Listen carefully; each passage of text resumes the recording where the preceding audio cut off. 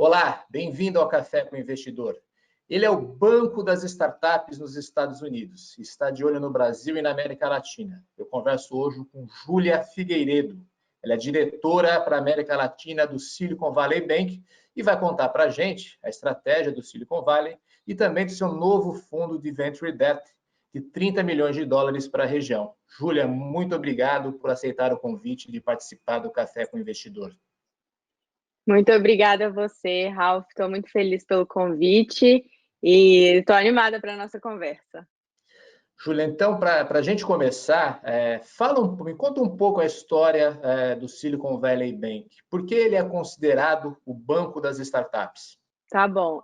O Silicon Valley Bank é um banco que foi fundado aqui no Vale do Silício. Eu fico em São Francisco.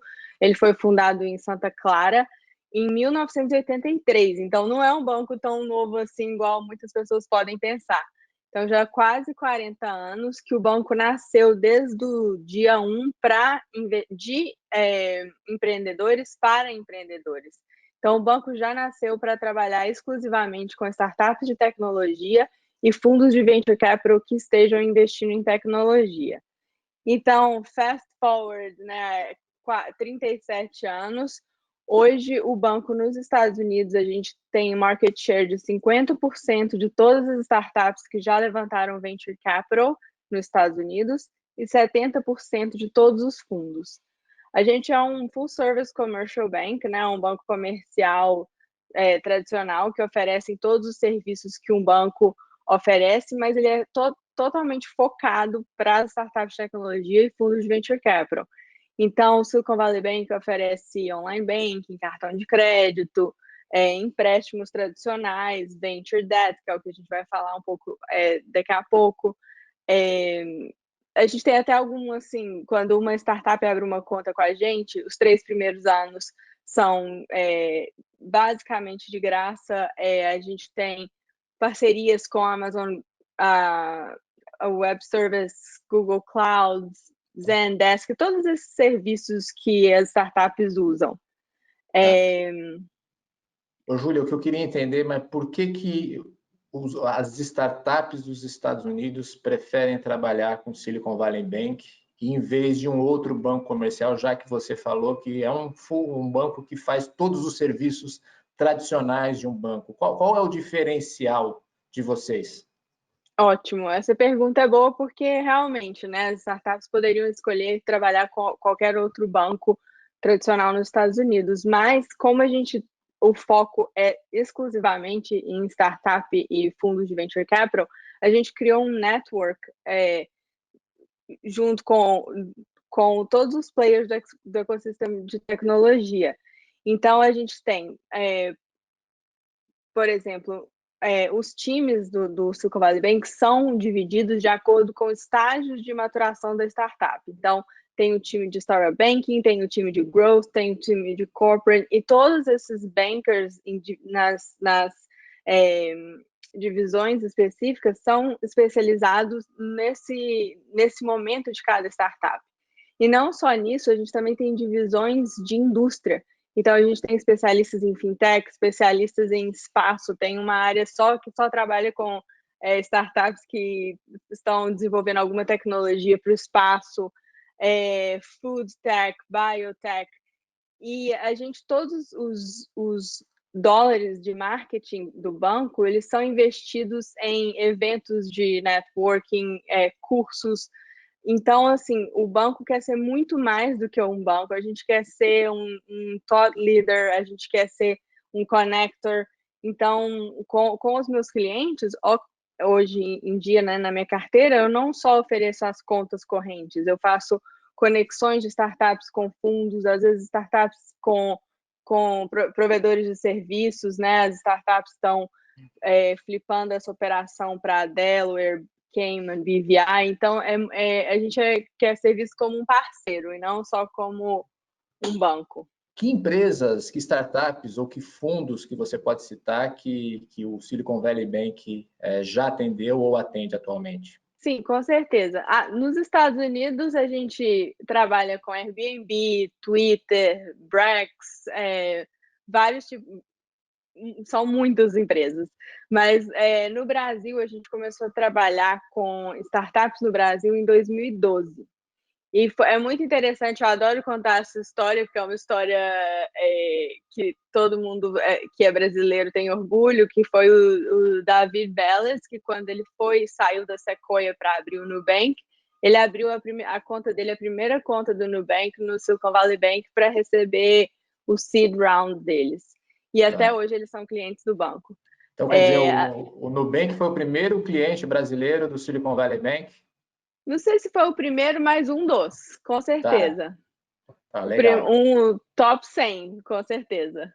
E aí hoje a gente também trabalha com Log, Loft, Quinto Andar, 99, Gympass, estão vários dos unicórnios da América Latina, inclusive não é do Brasil, mas é uma notícia boa também. Ontem foi anunciado o primeiro unicórnio do México, a Kavak, que também é cliente do banco. Então, esses são alguns dos clientes de startups. Claro, a gente também tem empresas menores que estão crescendo e muito bem, como a Gupi, Buzzer, and so on, né? Tem muito caso de sucesso no Brasil acontecendo. E dos fundos, a gente tem Monax, Kazek, Redpoint, Canary, no México, OVP, Jaguar. Então, a gente trabalha com a maioria dos fundos que são US dollar, fundos denominados em dólar no Brasil. Então, quer dizer, essas empresas, pelo que eu estou entendendo, elas abrem uma conta no Silicon Valley Bank para poder receber os aportes desses fundos de Venture Capital. Seria mais ou menos isso, um dos serviços prestados por vocês? Sim, geralmente quando a empresa que abre uma conta no Silicon Valley Bank é porque ela está ou recebendo investimento de um fundo local, que é um fundo em dólar, ou de um fundo americano, ou está expandindo para os Estados Unidos. Geralmente, as empresas que eu trabalho estão levantando, em média, no mínimo $1 milhão ou mais, porque é só daí que começa a se fazer necessária essa mudança na estrutura da empresa, né? Então, o SVB nos Estados Unidos, como é um banco licenciado nos Estados Unidos, a gente trabalha com empresas com PowerPoint. Às vezes o empreendedor chega para a gente, ele só tem um PowerPoint, a ideia, e a gente ajuda ele a formar a empresa em Delaware e abrir a conta do Silicon Valley Bank em 15 dias. Então, a gente é o partner desde o começo. No Brasil é um pouco diferente. Me explica um pouco sobre a atuação no Brasil. Você disse que desde 2012 já tem uma atuação no Brasil e na região da América Latina. Como começou isso e como que vocês estão atuando aqui na região? Eu acho que quem é cliente do banco ou quem está envolvido nesse mundo de tecnologia deve conhecer bastante o Andy Tsao, que é o meu manager, que foi para o Brasil pela primeira vez em 2012 com o Greg Becker, que é o nosso CEO, e eles foram tentar entender qual o próximo hub de inovação onde que o Silicon Valley Bank queria atuar. Então, desde 2012, a gente começou a fazer esse trabalho mais de business development. No começo era muito de conexão, depois começamos a abrir as contas e foi evoluindo para até o fundo hoje, né, que a gente lançou tem 2 meses. Hoje a gente tem 800 clientes entre startups e fundos na América Latina, e está crescendo muito. E para mim me dá muito orgulho de ver o tanto que a região está crescendo, né? Até assim nos últimos 2 anos, com a entrada, com o efeito SoftBank, com todas as saídas e com as histórias de sucesso do Brasil e do México, Chile, com a Notco, investidores estrangeiros, né, Andreessen, Sequoia, Accel, estão olhando mais para a região, e antes isso não acontecia tanto. Então, eu acho que eu sou muito bullish na América Latina. Eu acho que ontem me perguntaram, bateu quase $5 bilhões de VC invested na América Latina em 2019. Na minha opinião, 5 bilhões de dólares é só o começo. A gente está só começando. Nos Estados Unidos, em 2019, foram 136 bilhões. A América Latina é uma região com vários problemas para a gente resolver, várias coisas para crescer e melhorar, e tecnologia é o caminho. Aqui a gente fala muito que, principalmente com o Corona, que adversity drives innovation, né? Na última crise financial crisis aqui dos Estados Unidos, teve, acho que estava em 11% o nível de desemprego, agora bateu 14 ou mais, e nunca se viu tantas empresas sendo formadas. Então, as pessoas não estavam trabalhando, mas começaram a criar novas empresas, e acho que muitos dos constituintes hoje da Nasdaq foram constituídos nessa época de crise, né? Então é um momento difícil, com certeza, mas é um momento de muita inovação, e eu sempre sou muito positiva, né? Então tomara que não esteja falando bobagem. Ô, Júlia, você falou que nos últimos 2 anos, até citando o efeito SoftBank, aumentou muito a quantidade de capital para investimento de risco na região da América Latina. Fato, é verdade. O que você atribui esse interesse de fundos internacionais, em especial fundos dos Estados Unidos, você citou alguns deles, para investir em startups da América Latina? De repente, parece que esses fundos que tinham um olhar muito mais voltado para os Estados Unidos, ou, em alguns casos, até para a Ásia, onde se tem muita inovação, também passaram a considerar a América Latina, as empresas da América Latina, como um bom investimento. O que mudou no mindset desses fundos? Eu acho que mudou muito no mindset das empresas também. E, assim, tem 10 anos que eu saí do Brasil, mas eu acho que antes, pelo menos quando eu conversava com empreendedores há 10 anos atrás, eles queriam ser o maior de Minas, o maior de São Paulo, o maior do Brasil. E hoje em dia já nasce com um plano de expansão Brasil, América Latina, mundo. Então, a América Latina já é uma região que tem muita oportunidade, que, né, por exemplo, você vê Nubank, Rappi, são empresas, né, Nubank, a Decacorn, não sei se a Rappi já está lá, mas só crescendo, Movile, e eu acho que agora os investidores americanos estão vendo toda essa possibilidade da América Latina. E talvez eles tenham vindo mais para o México, né? Então, assim, os investidores do Silicon Valley vão muito para o México, porque é 4 horas de voo, né? Se você vai para Mexico City, para a cidade do México, é muito similar, assim, eu até brinco que nem adaptador de tomada a gente precisa levar, porque é igual. Né? Então, começou com o México, mas já tem muita coisa.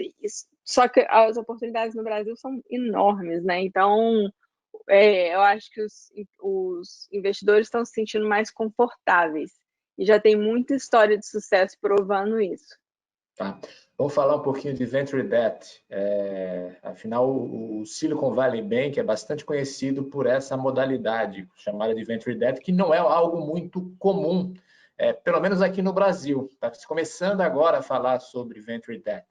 Então, eu queria que você começasse explicando o que é Venture Debt e quando uma startup deve recorrer a esse tipo de recurso, que é diferente de quando ela recebe um aporte. Sim. Então, Venture Debt, como você falou, aqui no Silicon Valley Bank, a gente já vem fazendo há 25 anos. Então, é um produto já muito maduro nos Estados Unidos e no banco. Hoje, a gente tem 2 bilhões e 200 milhões de dólares em Venture Debt para startups nos Estados Unidos. E sempre foi uma vontade nossa de fazer Venture Debt no Brasil, na América Latina. E como a gente não é um banco licenciado no Brasil, a gente é um banco americano, a gente estava tentando descobrir como fazer isso. E agora a gente conseguiu. Mas voltando à sua pergunta do que é Venture Debt. né? Taking a step back. Então, venture debt é um produto que deve ser encarado como um capital de crescimento para adicionar crescimento a uma empresa. Tá. Geralmente é melhor uma empresa procurar venture debt depois que ela já levantou uma rodada e garantiu um capital mais permanente através de equity. Porque tem muita startup que está vindo falar comigo muito nova ainda e querendo a dívida, porque a dívida é mais barata do que o equity, né? Tem menos diluição, mas essa dívida vai ter que ser, é uma dívida e ela tem que ser paga. Então, não é todo mundo que deve olhar venture debt, não são todos os estágios de startup. Tem sim um montante ideal de dívida que uma startup consegue absorver. Então, assim, o que a gente está olhando agora com esse fundo é um fundo de 30 bilhões de dólares. 30 milhões de dólares, certo? Porque 30 bilhões seria um fundo gigantesco. Seria maravilhoso, Não. Quem dera, né, Julia? Quem dera, daqui a pouco. Não, desculpa, sim. O fundo é uma parceria entre Partners for Growth, Silicon Valley Bank e IDB Invest. E é 30 milhões de dólares. Isso. Só para ficar claro, não haver dúvida. 30 milhões, gente, com M, não com B. Milhões, isso. E muita gente já veio me perguntar, mas 30 milhões não é muito dinheiro. Vocês vão fazer 5, 6 deals e acabou o dinheiro. Sim, esse é um fundo inicial e a gente pode co-investir com o Partners for Growth, que é um fundo de 400 milhões, e com a IDB Invest, que é o Banco de Desenvolvimento, que tem um pool de dinheiro muito maior. Então, assim, a gente não está limitado aos 30 milhões, a gente pode investir mais. Hoje, a gente pode escrever cheques de 1 a 15 milhões de dólares, né? De dólares. Ok. Sim. Então, a gente sempre pensa em dólar, mas a gente pode entregar em reais. Claro. Mas a negociação ocorre em dólares.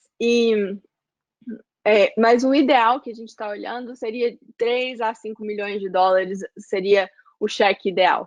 Que tipo de perfil de empresas, de startups vocês estão procurando aqui na América Latina, especificamente no Brasil? Porque eu imagino que a maturidade da empresa que você vai fazer esse empréstimo, essa dívida, porque no fundo o Venture Debt é uma dívida, deve ser diferente entre as empresas dos Estados Unidos e as empresas do Brasil.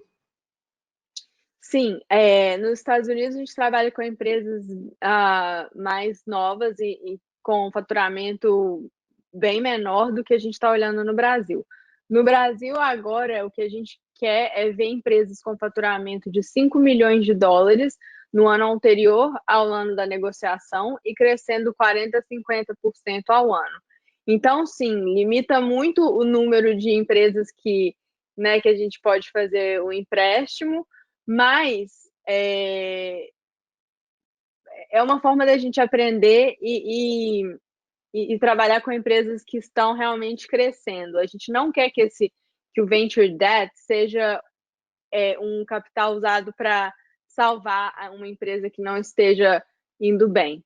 É um capital para aumentar o crescimento, né? It's a growth capital. Então, a empresa já está crescendo, vai crescer mais. Então, assim, idealmente, a gente vai emprestar 5, 6 milhões de dólares para a empresa contratar mais vendedores, sales people, para adquirir uma nova empresa ou uma fintech para aumentar o portfólio de empréstimos.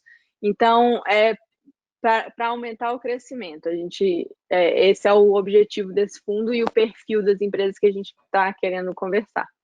Tá, 5 milhões de dólares é algo em torno entre 25 e 30 milhões de reais. Então, não são empresas, principalmente para uma startup, não é uma startup pequena que esteja começando. E o valor do cheque, em que faixa que é esse cheque? Então, a gente pode escrever cheques de 1 a 15 milhões de dólares, mas o sweet spot, o que a gente quer fazer, é entre 3 e 6 milhões de dólares. Você também comentou nesses 30 milhões de dólares que não é muito recurso, apesar da possibilidade de você co-investir com seus parceiros. Mas quantas transações vocês imaginam fazer assim com esse teste que vocês estão começando na região? Eu acho que uns 6, 7 deals seria um sucesso já para esse fundo. E aí já tem conversas de tentar levantar um fundo 2 do ano que vem. Ah, já estão pensando nisso. Aí imagina que seria um fundo maior? Sim, aí queremos fazer um fundo maior. Tem algum Mas número? primeiro, não, ainda não tem um número, teria que conversar com os parceiros. Primeiro a gente tem que fechar o primeiro deal, né? Eu conversei, desde que o fundo lançou, com mais de 60 empresas Tá. e a gente tem alguns term sheets e tomara que a gente consiga anunciar daqui a pouco o nosso primeiro deal no Brasil. Júlia, eu queria entender também quando é a hora de recorrer a um novo aporte em vez de recorrer a um venture debt. Ou ao contrário, em vez de você fazer um aporte onde você vai ter que dar uma fatia da sua empresa e você vai ser diluído, né, nesse aporte, você recorre à dívida. Sim, eu acho que as empresas têm que levantar né, o capital permanente, que a gente fala aqui, com equity, de venture capital, quando ela está, né, Series A, Series B, crescendo, queimando muito cash, porque a empresa tem que ter essa visão que a dívida ela tem que ser ela tem que pagar essa dívida para o banco. Então, a empresa tem que estar com faturamento já saudável, né? Então, tem sim um momento ideal de entrar. A gente gosta de entrar com fundos também. Então, se tiver um fundo, quando a empresa estiver levantando capital, a gente pode entrar e complementar a rodada. Então, o empreendedor vai ser menos diluído, porque parte disso vai ser em dívida. Não é necessariamente um have to, né? A gente faria dívida para empresas que não estão levantando ou que nem levantaram venture capital, mas que tem esse nível de faturamento que a gente mencionou dos 5 milhões. Mas é interessante para a empresa pegar venture debt quando é para impulsionar o crescimento. Venture debt não é para salvar a empresa. Não é uma boa ideia pegar venture debt para Para respirar por salvar a aparelhos. empresa. Até porque tem que pagar depois, né? E essa é uma questão bastante interessante e importante, porque geralmente as startups elas não são lucrativas. Que tipo de garantias vocês têm na hora de fazer um empréstimo, criar uma dívida para essa startup? Sim, cada caso é um caso. Então, assim, o legal do Venture Debt, e eu tenho um artigo que eu escrevi sobre isso e posso compartilhar depois com você, é que cada negociação vai ser diferente de acordo com o momento da empresa. E a empresa, geralmente, quando a gente vai conversar com a empresa, a gente gosta de entender o que você precisa e a gente vai moldar o produto para melhor atender a empresa. Então, assim, pode ser stock warrants, pode ser IP. Então, tem várias coisas que a gente pode trabalhar. Se tiver, por exemplo, um VC no cap table que a gente conheça muito, que é cliente do banco, que está investindo, por exemplo, uma Monax, uma Kazek, um Redpoint, isso altera o preço. Então, assim, cada caso é um caso. A gente entende que às vezes a startup não vai ter muitos recebíveis, né, para emprestar contra os recebíveis, mas a gente tem outras garantias que a gente pode negociar e cada empresa vai ter uma garantia diferente. Se fala muito nessa questão de dívida de taxa de inadimplência. Vocês falam sobre isso? Qual que é a taxa de inadimplência desses tipos de empréstimos? É muito engraçado, porque é um empréstimo de muito risco, né? Sim.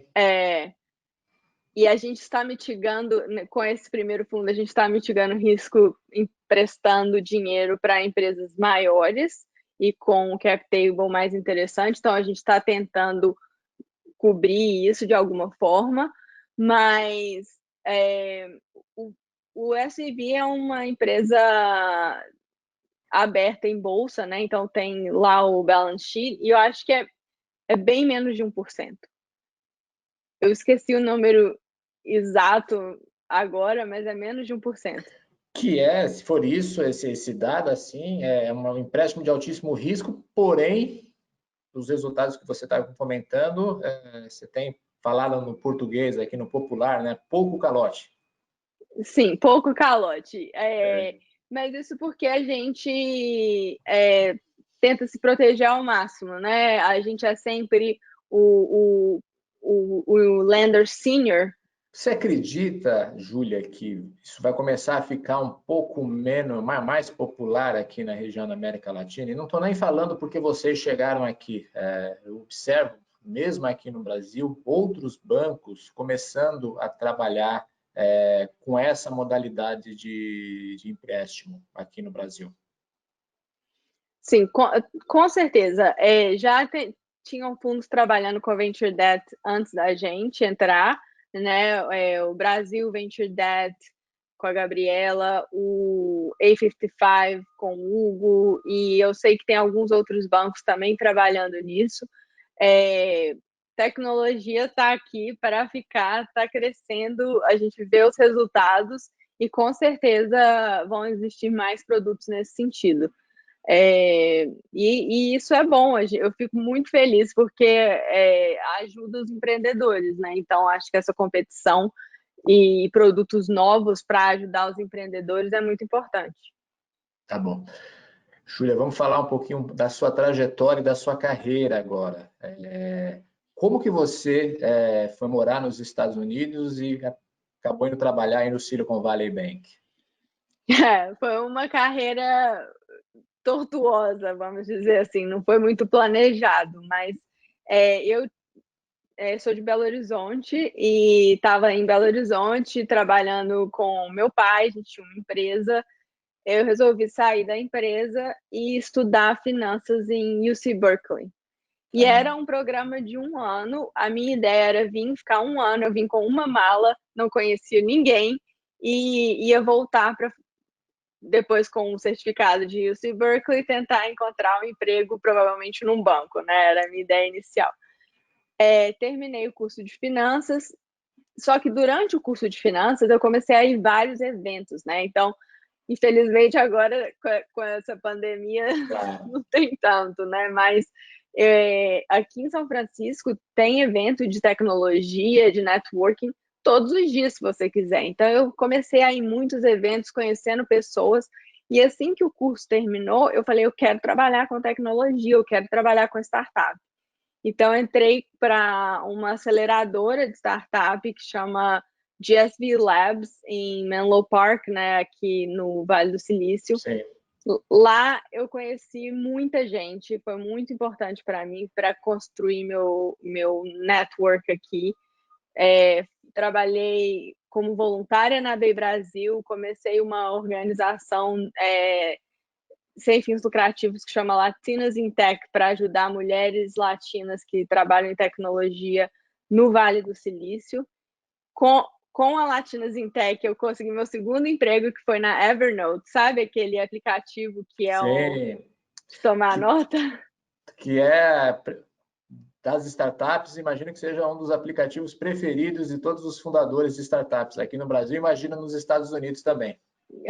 Que bom ouvir isso, porque eu trabalhava no product, fazendo marketing de produto. Tá. E aí, com isso, né, assim, não foi uma trajetória tão simples igual eu estou explicando aqui, tive que, né, visto e green card, então, assim, foi uma evolução. E há 7 anos atrás, quando eu era voluntária na Bay Brasil, eu conheci o Andy Tsao, que é o Managing Director da minha área, que foi que começou a área na América Latina. Eu conheci ele, eu era voluntária e continuei em contato. E aí, há 2 anos atrás, ele entrou em contato e falou: a gente está precisando de uma pessoa para tocar a América Latina. A gente sempre teve americanas, né, antes de mim, e ele queria alguém que falasse ou português fluente ou espanhol fluente, que fosse da região. E aí casou e faz 2 anos, a semana passada fez 2 anos. 2 anos. Sim, e eu sou muito. Meus amigos falam, nunca vi alguém se divertir tanto no trabalho. Porque todo dia eu conheço gente nova, empresas novas, pessoas querendo mudar o mundo. E assim, de alguma forma, para mim, eu penso que eu estou giving back, né, assim, tentando ajudar os empreendedores do meu país. Então, isso para mim é muito importante. Ô, Júlia, você comentou que você fez parte de um grupo para ajudar mulheres em tech, não foi isso? Uhum. Fala um pouquinho sobre essa questão, porque o mercado de tecnologia nos Estados Unidos, aqui no Brasil, e o mercado financeiro de venture capital é um mercado que tem uma presença muito grande de homens e pouco de mulheres. Isso está mudando? Você enfrentou alguma espécie de preconceito por conta de ser mulher? Sim, aí foi por isso que a gente começou o grupo, né?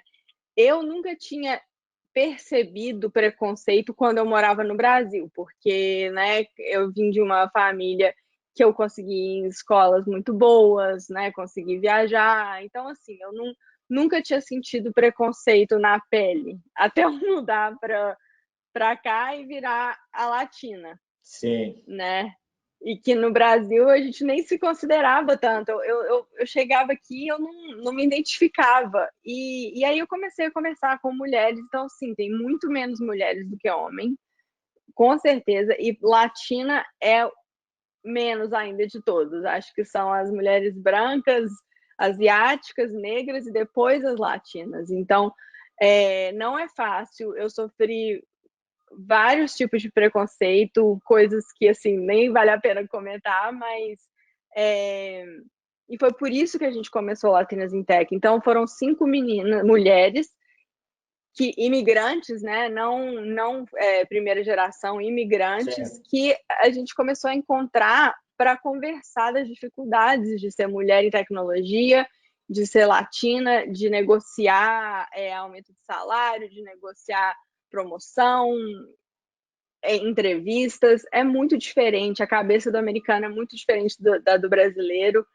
E aí, em 2015, que a gente começou essa organização até hoje, nós temos mais de 11 mil mulheres na plataforma, 13 capítulos nos Estados Unidos, na Cidade do México, e empresas patrocinando como Silicon Valley Bank, óbvio, mas também Google, Pinterest, Comcast, Airbnb.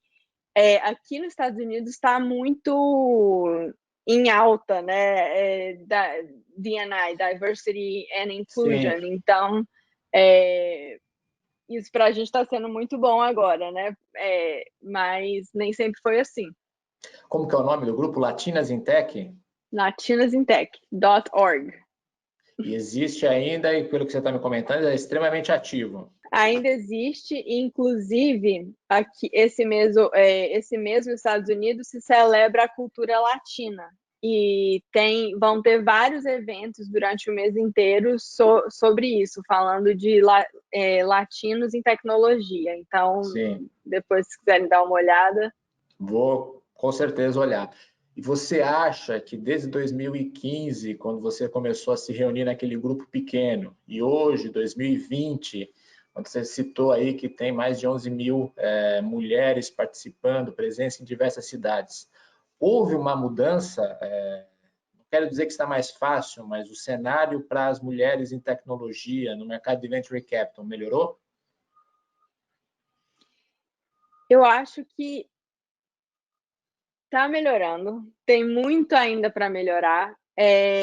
As empresas estão contratando, sim, muito mais, mas a diversidade está toda na base da pirâmide.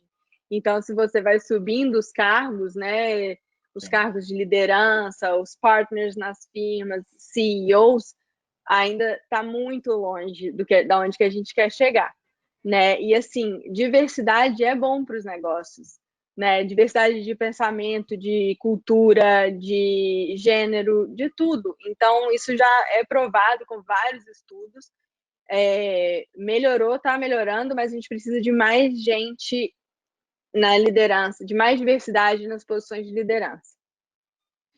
Com certeza, Júlia. A gente está chegando ao final, Júlia, e no final eu faço uma sessão de perguntas e respostas rápidas, um ping-pong assim rapidinho. Vamos lá? Quem te inspira? Difícil, mas eu acho que não é quem, é quens. Eu acho que os empreendedores, os investidores que eu trabalho todos os dias são as pessoas que me fazem acordar de manhã animada para começar o dia e quem sabe até começar alguma coisa minha no futuro. Está pensando em ser empreendedor, então? Quem sabe, né? O empreendedor que você admira? Eu admiro muito e vou puxar para o lado das mulheres, né? A Luísa Trajano, da Magazine Luiza, que é um exemplo, né, de uma das maiores empresas do Brasil, que não para de crescer, que é uma pessoa maravilhosa, humilde e que tem uma visão de mundo, de empresa fora da curva, na minha opinião. A gente falando de diversidade, eles acabaram de lançar um programa de trainee exclusivamente para negros aqui no Brasil. Ai, que legal, não sabia. Muito legal. Então, mais ainda uma razão. Ô, Júlia, um erro. Um erro. Tem vários, mas eu acho que um que eu estou trabalhando até hoje, mas já melhorou bastante, é seguir muito a opinião das outras pessoas, né? Eu acho que é bom ouvir opinião, sim, aprender com erros e acertos das outras pessoas, mas a gente tem que seguir também o nosso gut feeling e aquilo que faz a gente feliz. Eu deixei de tomar muitas oportunidades por ouvir a opinião de uma outra pessoa que achava que isso não seria bom para mim. Então, eu acho que correr mais risco seria meu conselho, talvez. Tá certo. Um acerto. Pensando, também tiveram muitos, mas assim, eu acho que pensando o maior que eu posso pensar agora foi ter vindo fazer esse curso, foi ter deixado uma vida confortável em Belo Horizonte para vir morar sozinha, sem amigos, num apartamentinho pequenininho para fazer esse curso que me trouxe até aqui. Um livro? Eu estou lendo e eu não sei o nome dele em português, mas ele tem tradução em português. Eu estou lendo agora um que chama The Brain and the Emotional Intelligence, do Daniel Goleman. Tá. Ele foi uma das primeiras pessoas que criou essa emotional intelligence como uma expressão, né? Então, eu acho muito interessante. Agora ele lançou uma versão revisada, então eu estou lendo a versão revisada. E um hobby, Júlia? A coisa que eu mais gosto de fazer no meu free time é mountain bike. Ah, é? Você tem conseguido praticar no meio dessa pandemia? Tenho. Muito mais do que antes, inclusive, eu mudei para fora de São Francisco, para mais perto das trilhas, então eu estou fazendo muita trilha. Infelizmente, essa semana, por causa das queimadas em Napa, o vento está trazendo muita fumaça, então a gente não pode sair de casa, né? Mas estou focando muito no mountain bike. Júlia, muito obrigado por participar aqui do Café com Investidor. Assim, tem que fazer até uma correção. Café com investidora e não com investidor. Boa, gostei. Café com investidora. Coloca um risco assim no ar. Isso. Obrigado, Júlia. Muito obrigada. Este foi o Café com Investidora. Eu falei com a Júlia Figueiredo, ela é diretora do Silicon Valley Bank para a América Latina. Você pode assistir este programa e outros episódios na página do Neofeed, neofeed.com.br, também na nossa página no YouTube, @neofeedbrasil, e você também pode ouvir no seu tocador preferido de podcast. Muito obrigado e até o próximo programa.